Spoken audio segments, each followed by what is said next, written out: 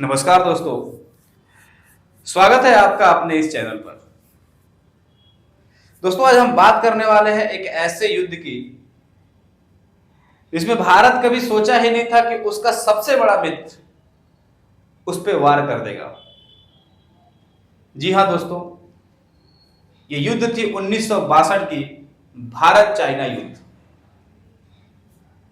दोस्तों, भारत 1947 में आजाद हुआ और 1949 में चाइना में कम्युनिस्ट पार्टी के माओ जेदांग की सरकार थी। उस वक्त जवाहरलाल नेहरू और माओ जेदांग के बीच काफी मित्रता थी।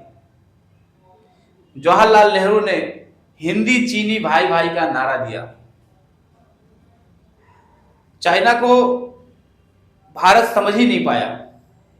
नेहरू को लगा कि चाइना हमारा बहुत ही खास मित्र है और यही सोचकर जवाहरलाल नेहरू चलते रहे।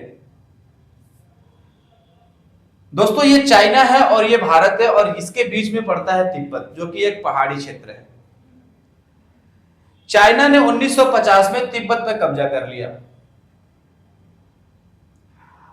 और तिब्बत के जो धर्मगुरु थे वो थे दलाई लामा। दलाई लामा भागकर भारत में शरण ले लिए। दोस्तों, चाइना के इस रवैया से पूरी दुनिया में एक बहुत ही निगेटिव मैसेज गया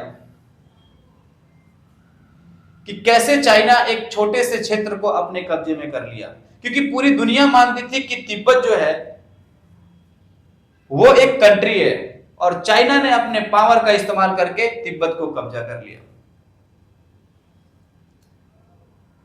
अब जब दलाई लामा भारत भागकर आते हैं तो चाइना को इससे खीस हो जाती है। चाइना भारत से नाराज हो जाता है। अब भारत को भी लगने लगा कि कहीं ना कहीं अगर चाइना ऐसा कर रहा है, आज तिब्बत को कब्जा कर रहा है, तो कल को इसका रवैया कुछ भी हो सकता है। और भारत ने अपने बहुत सारे ऐसे जो नॉर्थ ईस्ट के पार्ट थे वहां पे चौकियां बनाना शुरू कर दिया। दोस्तों, उस वक्त भारत की हालात बहुत ही दयनीय थी। बर्फीले क्षेत्रों पर जो आर्मी रह रही थी उनको पहनने के लिए ड्रेस नहीं हुआ करते थे। प्रॉपर ट्रांसपोर्ट सिस्टम नहीं था। आर्म्स एंड एम्युनिशन जो थे वो हायर क्वालिटी के नहीं थे। तो कहीं ना कहीं देश उस वक्त इतना मजबूत नहीं था। अब जैसे भारत ने इस क्षेत्रों पे अपना चौकियां बनाना शुरू किया तो चाइना को और टिस बढ़ गई। और दोस्तों, फिर बिना बताए चाइना ने 1962 में भारत पर हमला कर दिया। भारत की सेना तैयार भी नहीं थी। उनके पास रिसोर्सेस भी उतने अधिक मात्रा में नहीं थे। और दोस्तों, देखते ही देखते कुछ दिनों में ही चाइना ने भारत के बहुत सारे पार्ट पे कब्जा कर लिया। जैसे यहां पे आता है अक्साई चीन। चाइना ने अक्साई चीन पे कब्जा कर लिया और इसको हमेशा से अपना पार्ट वो मानता रहता था।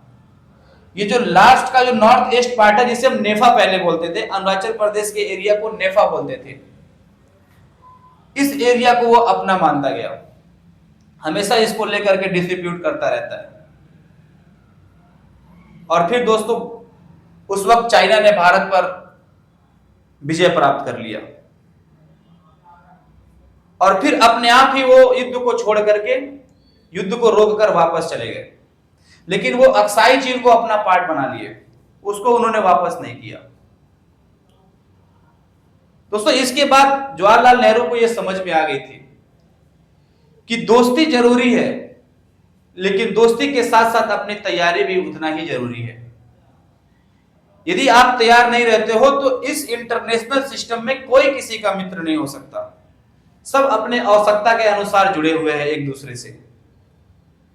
और दोस्तों, तभी से भारत ने इक्विपमेंट्स पे, ट्रांसपोर्ट सिस्टम पे और आर्म्स एंड एम्युनिशन पे काम करना शुरू कर दिया।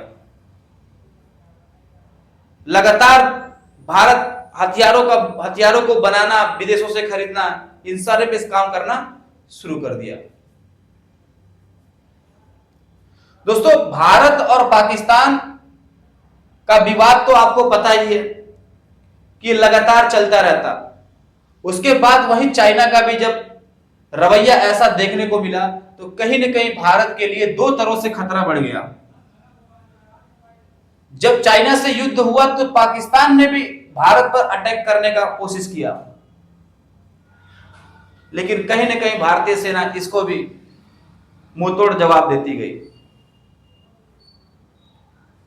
दोस्तों, आज बांग्लादेश है जो कि भारत के द्वारा ही इसको आजाद कराया गया 1971 में, लेकिन आज यही बांग्लादेश भारत के लिए सरदर्द बन चुका है। तो कहीं ना कहीं आप देख सकते हैं कि भारत कितने दुश्मनों से घिर चुका है, और जिसमें चाइना जो सबसे खतरनाक काम करता है, ये इन कंट्री को पैसा